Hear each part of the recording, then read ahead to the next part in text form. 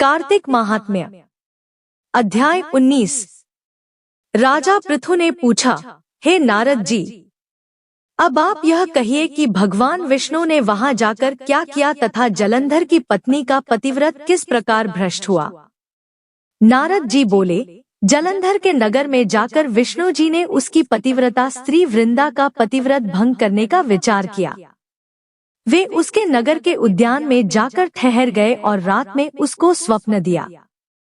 वह भगवान विष्णु की माया और विचित्र कार्य पद्धति थी और उसकी माया द्वारा जब वृंदा ने रात में वह स्वप्न देखा कि उसका पति नग्न होकर सिर पर तेल लगाए महिष पर चढ़ा है, वह काले रंग के फूलों की माला पहने हुए है तथा उसके चारों हिंसक जीव हैं।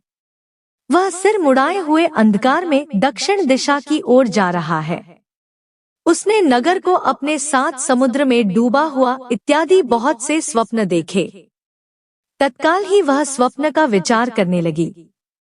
इतने में उसने सूर्यदेव को उदय होते हुए देखा तो सूर्य में उसे एक छिद्र दिखाई दिया तथा वह कांतिहीन था। इसे उसने अनिष्ट जाना और वह भयभीत हो रोती हुई छज्जे, अटारी तथा भूमि कहीं भी शांति को प्राप्त न हुई। फिर अपनी दो सखियों के साथ उपवन में गई, वहां भी उसे शांति नहीं मिली। फिर वह जंगल में निकल गई, वहां उसने सिंह के समान दो भयंकर राक्षसों को देखा, जिससे वह भयभीत हो भागने लगी। उसी क्षण उसके समक्ष अपने शिष्यों सहित शांत मौनी तपस्वी वहां आ गया। भयभीत वृंदा उसके गले में अपना हाथ डाल उससे रक्षा की याचना करने लगी। मुनि ने अपनी एक ही हुंकार से उन राक्षसों को भगा दिया। वृंदा को आश्चर्य हुआ तथा वह भय से मुक्त हो मुनिनाथ को हाथ जोड़ प्रणाम करने लगी। फिर उसने मुनि से अपने पति के संबंध में उसकी कुशल क्षेम का प्रश्न किया। उसी समय दो वानर मुनि के समक्ष आकर हाथ जोड़ खड़े हो गए और ज्यों ही मुनि ने भ्रिकुटी संकेत किया त्यों ही वे उड़कर आकाश मार्ग से चले गए।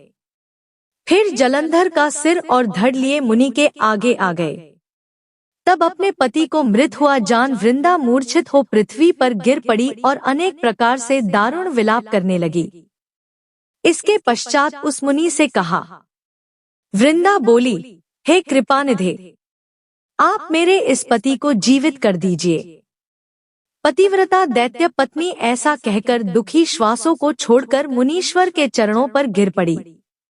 मुनीश्वर ने कहा, यह शिवजी द्वारा युद्ध में मारा गया है, जीवित नहीं हो सकता, क्योंकि जिसे भगवान शिव मार देते हैं वह कभी जीवित नहीं हो सकता, परंतु शरणागत की रक्षा करना सनातन धर्म है। इसी कारण कृपा कर मैं इसे जिलाए देता हूँ। नारद जी ने आगे कहा, वह मुनि साक्षात विष्णु ही थे जिन्होंने यह सब माया फैला रखी थी। वह वृंदा के पति को जीवित करके अंतर्ध्यान हो गए।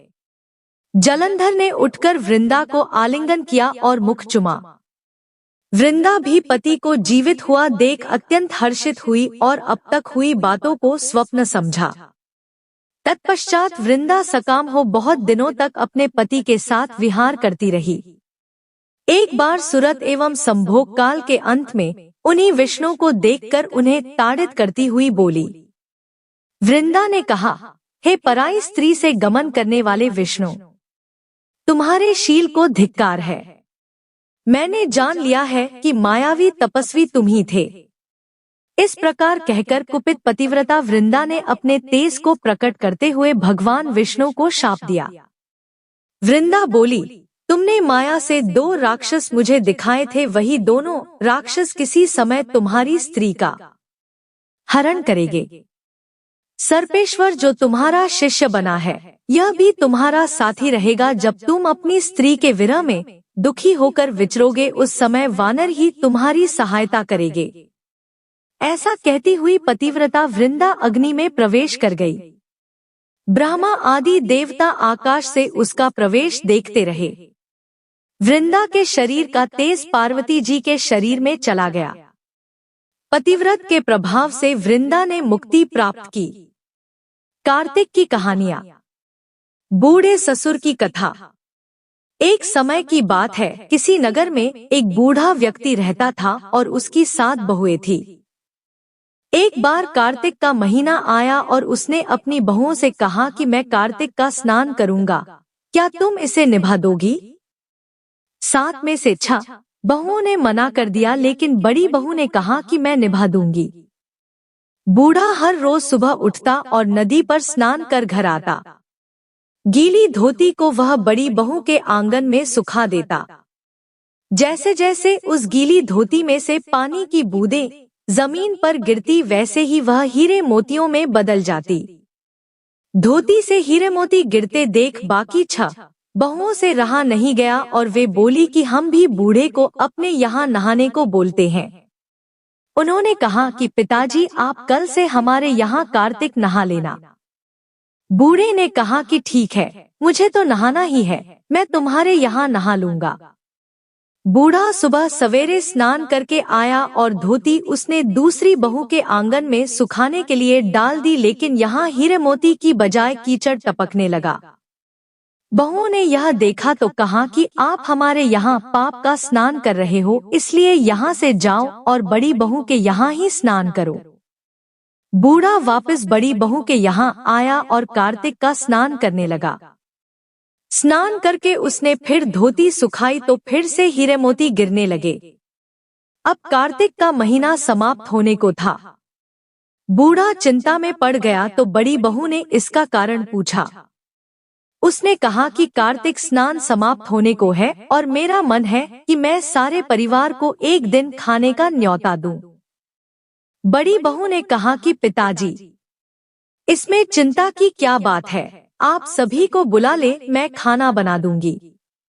बूढ़ा सभी को निमंत्रण देने गया तो बाकी बहुओं ने कहा कि जब तक यह घर पर रहेगी हम खाने पर नहीं आएंगे। बूढ़ा फिर से चिंता में घिर गया कि ऐसे कैसे होगा और सूखने लगा। बूढ़े को सूखते देख बड़ी बहू ने कहा कि पिताजी, अब आपको क्या चिंता है? बूढ़े ने बाकी 6 बहुओं वाली बात बड़ी बहू को बता दी, जिसे सुन वह बोली कि पिताजी ठीक है, मैं खाना बनाकर रख जाऊंगी। और उसने वैसा ही किया। खाना बनाकर रख दिया और अपने लिए 4 रोटी लेकर खेत पर चली गई। इधर 6 बहुओं ने खाना खा लिया, लेकिन जाने से पहले बाकी बचे खाने में कंकड़ पत्थर डाल गई कि बड़ी बहू आएगी तो परेशान होगी। इधर खेत में बैठकर बड़ी बहू कहने लगी कि राम जी की चिड़िया, राम जी का खेत, चुग लो चिड़िया भर भर पेट। मेरे ससुरे ने घर में जगह दी है और मैंने खेत में। चिड़िया को बाजरा डाल वह घर आ गई। घर आई तो बूढ़ा फिर उदास बैठा था। उसने फिर पूछा कि यह उदासी क्यों? सब ठीक ठाक निपट गया ना? वह बोला कि हाँ, सब ठीक निपट गया, लेकिन वह तेरी देवरानियां बाकी बचे खाने में कंकड़ पत्थर व मिट्टी डाल गई। बहू ने कहा कि कोई बात नहीं पिताजी, मैं तो अपने लिए 4 रोटी फिर बना लूंगी। बहू बूढ़े से बात कर घर के भीतर जाकर खाने को देखती है, लेकिन वह देखती है कि जिस खाने में वह सब कंकड़ पत्थर डालती है वह हीरे मोती में बदल गए हैं। घर की जगह महल खड़ा हो गया है और धन दौलत से भर गया है। अन्न के भंडार घर में भरे पड़े हैं। वह बूढ़े को बुलाकर कहती है कि पिताजी, आपने तो कहा था कि मेरे लिए कुछ नहीं बचा है, लेकिन यहाँ तो हीरे मोतियों के भंडार हो गए हैं। पूरे घर में धन की वर्षा हो रही है। साधारण सा घर महल में बदल गया है। बूढ़ा सब चीजें देखकर बोला कि बेटी, तुमने सच्चे मन से कार्तिक स्नान सच्चे मन से निभाया था, लेकिन बाकी बहुओं ने पापी मन से इसे निभाया, इसलिए कार्तिक देवता तुमसे प्रसन्न हुए और यह फल दिया। हे कार्तिक देवता, जैसे आपने बड़ी बहू की सुनी वैसे ही आप सभी की सुनना। गणेश लक्ष्मी की कथा। एक बार एक साधु को राजसी सुख भोगने की इच्छा हुई। अपनी इच्छा की पूर्ति हेतु उसने लक्ष्मी की कठोर तपस्या की। कठोर तपस्या के फलस्वरूप लक्ष्मी ने उस साधु को राज सुख भोगने का वरदान दे दिया। वरदान प्राप्त कर साधु राजा के दरबार में पहुंचा और राजा के पास जाकर राजा का राज मुकुट नीचे गिरा दिया। यह देख राजा क्रोध से कांपने लगा। किंतु उसी क्षण उस राजमुकुट से एक सर्प निकलकर बाहर चला गया। यह देखकर राजा का क्रोध समाप्त हो गया और प्रसन्नता से उसने साधु को अपना मंत्री बनाने का प्रस्ताव रखा। साधु ने राजा का प्रस्ताव स्वीकार कर लिया और वह मंत्री बना दिया गया। कुछ दिन बाद उस साधु ने राजमहल में जाकर सबको बाहर निकल जाने का आदेश दिया। चूंकि सभी लोग उस साधु के चमत्कार को देख चुके थे, अतः उसके कहने पर सभी लोग राजमहल से बाहर आ गए तो राजमहल स्वतः गिरकर ध्वस्त हो गया। इस घटना के बाद तो संपूर्ण राज्य व्यवस्था का कार्य उस साधु द्वारा होने लगा। अपने बढ़ते प्रभाव को देखकर साधु को अभिमान हो गया और वह अपने को सर्वेसर्वा समझने लगा। अपने अभिमानवश एक दिन साधु ने राजमहल के सामने स्थित गणेश की मूर्ति को वहां से हटवा दिया, क्योंकि उसकी दृष्टि में यह मूर्ति राजमहल के सौंदर्य को बिगाड़ रही थी। अभिमानवश एक दिन साधु ने राजा से कहा कि उसके कुर्ते में सांप है, अतः वह कुर्ता उतार दे। राजा ने पूर्व घटनाओं के आधार पर भरे दरबार में अपना कुर्ता उतार दिया, किंतु उसमें से सांप नहीं निकला। फलस्वरूप राजा बहुत नाराज हुआ और उसने साधु को मंत्री पद से हटाकर जेल में डाल दिया। इस घटना से साधु बहुत दुखी हुआ और उसने पुनः लक्ष्मी की तपस्या की। लक्ष्मी ने साधु को स्वप्न में बताया कि उसने गणेश की मूर्ति को हटाकर गणेश को नाराज कर दिया है, इसलिए उस पर यह विपत्ति आई है, क्योंकि गणेश के नाराज होने से उसकी बुद्धि नष्ट हो गई तथा धन या लक्ष्मी के लिए बुद्धि आवश्यक है। अतः जब तुम्हारे पास बुद्धि नहीं रही तो लक्ष्मी जी भी चली गई। जब साधु ने स्वप्न में यह बात जानी तो उसे अपने किए पर बहुत पश्चाताप हुआ। साधु को अपनी गलती का एहसास हो गया और उसने पश्चाताप किया तो अगले ही दिन राजा ने भी स्वतः जेल में जाकर साधु से अपनी गलती के लिए क्षमा मांगी और उसे जेल से मुक्त कर पुनः मंत्री बना दिया। मंत्री बनने पर साधु ने पुनः गणेश की मूर्ति को पूर्ववत स्थापित करवाया, साथ ही साथ लक्ष्मी की भी मूर्ति स्थापित की और सर्वसाधारण को यह बताया कि सुखपूर्वक रहने के लिए ज्ञान एवं समृद्धि दोनों जरूरी है, इसलिए लक्ष्मी एवं गणेश दोनों का पूजन एक साथ करना चाहिए। तभी से लक्ष्मी के साथ गणेश पूजन की परंपरा आरंभ हो गई। कार्तिक की कहानियां। राम लक्ष्मण की कहानी। भगवान श्री राम लक्ष्मण और सीता जी पिता दशरथ जी की आज्ञा से वनवास जाने लगे। रास्ते में सभी तीर्थ गंगा, यमुना, गोमती नदियों में पितृ तर्पण कर वन में कंद मूल, फल फूल खाते हुए वन में अपना समय व्यतीत करने लगे। कार्तिक का महीना आया। एकम के दिन लक्ष्मण जी ने राम जी की आज्ञा से फल फूल लाकर माँ सीता को दिए। माँ सीता ने 4 पत्तल परोसी। लक्ष्मण ने पूछा, भाभी माँ हम 3 हैं, फिर 4 में क्यों परोसा? माँ सीता बोली, 1 पत्तल गोमाता की है। जब सीता जी ने राम जी, लक्ष्मण जी और गोमाता को पत्तल परोस दी। राम जी ने पूछा, सीता जी आपने खाना शुरू क्यों नहीं किया? सीता माँ बोली, मेरे तो राम कथा सुनाने का नियम है, राम कथा सुनाने के बाद ही मैं फल ग्रहण करूंगी। राम जी बोले, मुझे कथा सुना दो। लक्ष्मण जी बोले, मुझे सुना दो। माँ सीता बोली, औरत की बात औरत ही सुने, आप मेरे पति हो, आप मेरे देवर हो, आपसे कैसे कहूँ? लक्ष्मण जी ने सोचा इस जंगल में कौन औरत मिलेगी? फिर लक्ष्मण जी ने अपनी माया से एक नगरी का निर्माण किया। वह नगरी सब सुख सुविधाओं से युक्त थी। उस नगरी में सब चीजें सोने की थी, इसलिए नगरी का नाम सोन नगरी रखा। सभी नगर निवासियों को घमंड हो गया, उस नगरी में कोई गरीब नहीं था। जब सीता जी कुएं पर पानी लेने गई और पनिहारिनों से राम राम किया तो कोई नहीं बोली। थोड़ी देर में एक छोटी कन्या आई।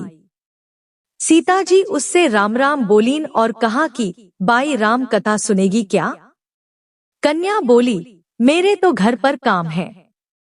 सीता जी ने कहा, मेरे पति राम और देवर लक्ष्मण भूखे हैं। लड़की बोली, मेरी माँ मेरा इंतजार कर रही है।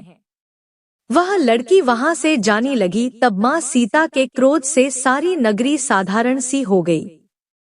वह लड़की घर आ गई। माँ बोली, बाई ये क्या हुआ? लड़की बोली, मेरे को तो पता नहीं है।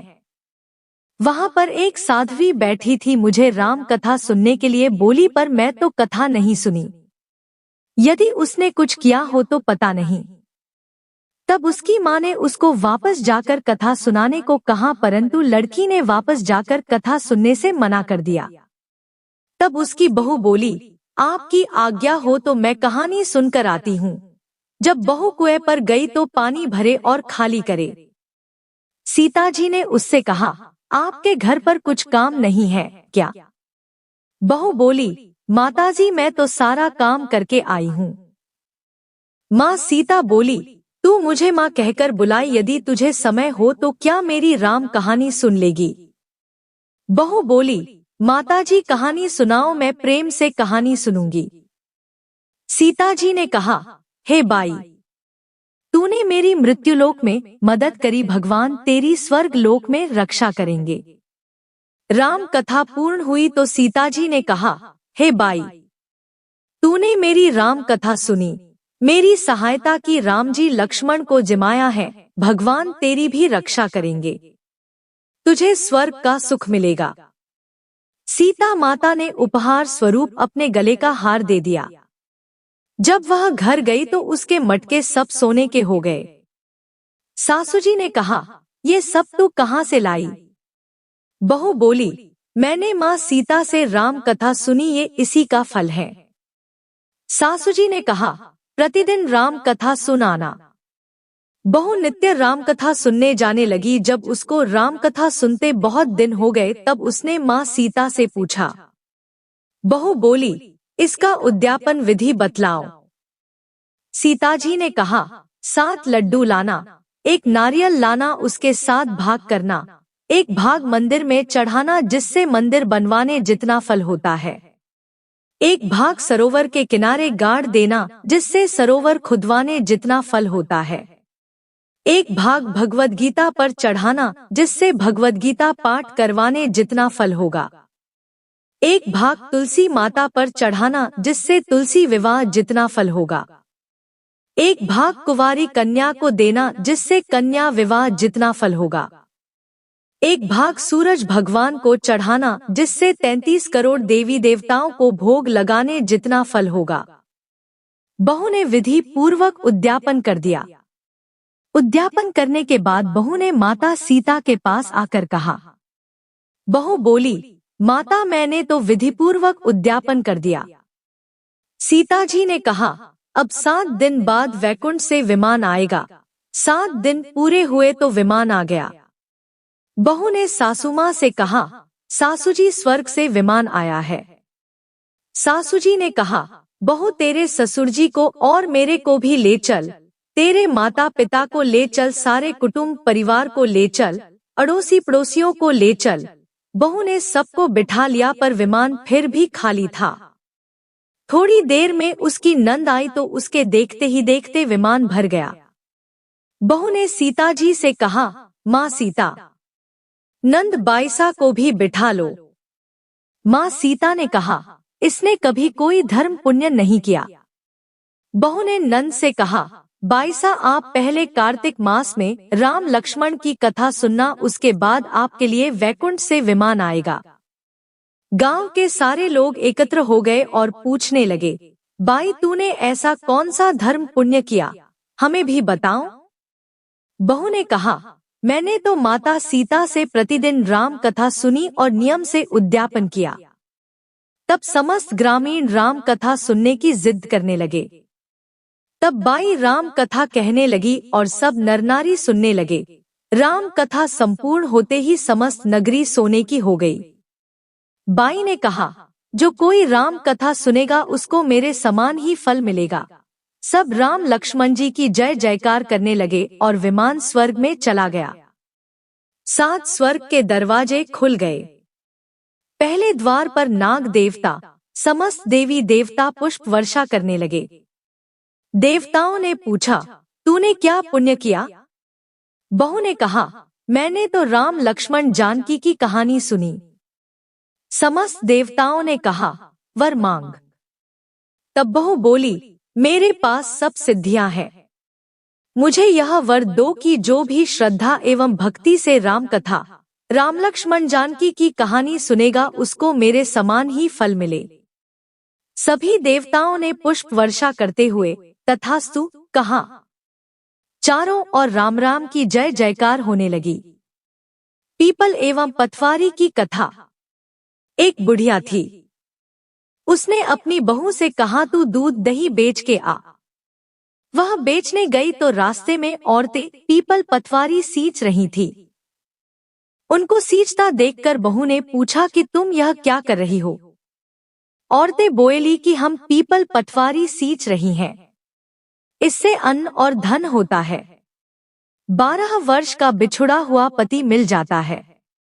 बहू बोली, ऐसी बात है तो तुम पानी से सींचती हो तो मैं दूध से सींचूंगी। गुजरी बहू रोजाना दूध दही बेचने नहीं जाती, वह रोजाना दूध को पीपल में और दही पटवारी में सींचती। सास दूध दही का दाम मांगती तो कह देती, महीना पूरा हो जाने पर लाकर दूंगी। कार्तिक का महीना पूरा हो गया। पूर्णिमा के दिन बहू पीपल पटवारी के पास जाकर बैठ गई। पटवारी ने पूछा, तुम मेरे पास क्यों बैठ गई? बहू बोली कि सासू दूध दही का दाम मांगेगी। पीपल पटवारी बोली कि मेरे पास क्या दाम रखा है? ये भरा डींडा पान पतूरा, इसको ले जा। बहू ने वही ले जाकर कोठरी में रख दिया और डर के मारे कपड़ा ओढ़ कर सो गई। सासू बोली, पैसे ले आई बहू। बहू बोली, कोठरी में रखे हैं। सासू ने कोठरी खोल के देखी तो देखा हीरा मोती जगमगा रहे हैं। सासू बोली, बहू इतना धन कहाँ से लाई? बहू ने आकर देखा तो सच्ची में ही धन भरा हुआ है। बहू ने सास को सारी बात बता दी। सास ने कहा, अब की कार्तिक में मैं भी पटवारी सींचूंगी। कार्तिक आया, सास दूध दही तो बेच आती, हांडी धोकर पीपल पटवारी में चढ़ा देती। आकर बहू से कहती, मेरे से दाम मांग। वह कहती, सासू जी कोई बहू भी दाम मांगती है, मगर सासू कहती तू मांग। बहू बोली, सासू जी पैसे ले आओ। तो सास पीपल पटवारी के पास जाकर बैठ गई। पीपल पटवारी ने सास को पान पतूरा भरा डींडा दे दिया। उसने ले जाकर कोठरी में रख दिया। बहू ने खोलकर देखा तो उसमें कीड़े मकोड़े बिलबिला रहे हैं। बहू ने कहा, सासू जी यह क्या? सास ने आकर देखा और बोलने लगी, पीपल पटवारी बड़ी दोगली पटपीटन है। इसको तो धन दिया, मुझको कीड़ा मकोड़ा दिया।